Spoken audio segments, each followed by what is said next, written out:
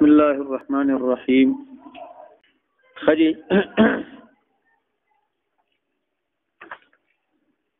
وعن ابي هريره رضي الله عنه ابوہریره رضي الله عنه روایت ہے قال دے فرمائے قال رسول الله صلى الله عليه وسلم کہ نبی صلی الله علیه وسلم فرمایلی دی اذا استيقظ احدكم کل چرایخ شیوتن پتا سو کی من منامه د خپل خوب نه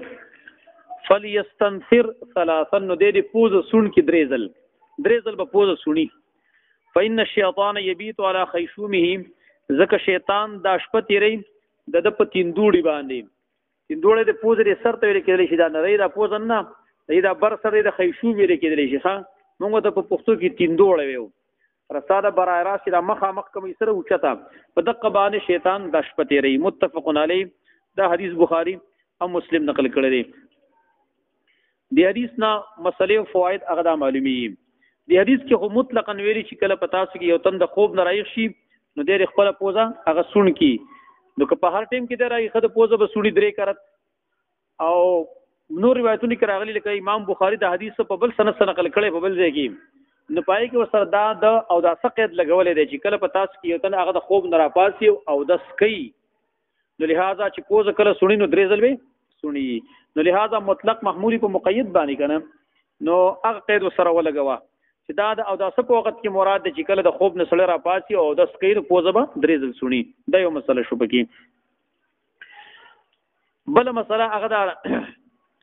چې دا پوزه سونل د دې لپاره علت په دې حدیث کې ذکر کړي وجه ذکر کړي دا چې دا پوزه به ځکه سونی درې کرته چې شیطان د انسان په دې توندړي په دې پوزه په دې سر باندې شپه تیری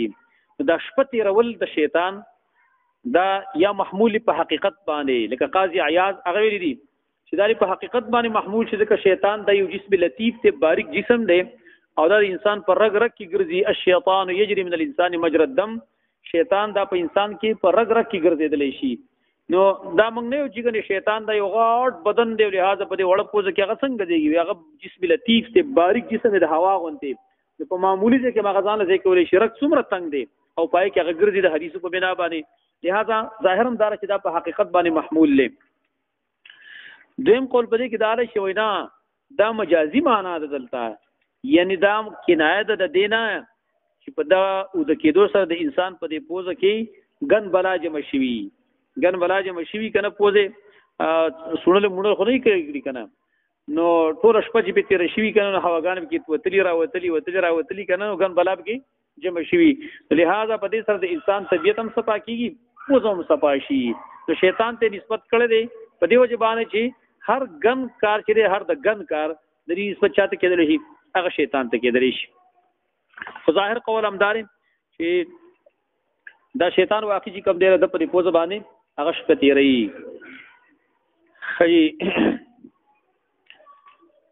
بیا دلته یاد لري چې دا پوزه چې کله سړی کنه نو دا مطلب دی چې دا دغه نجاست پکې جمع شوی دی غني نجاست پکې نه اوس کې سیدی پوزه سنت لکه نو مونږی کی وره لیکن سنت طریقې نه خلاف وکړو مونږی کی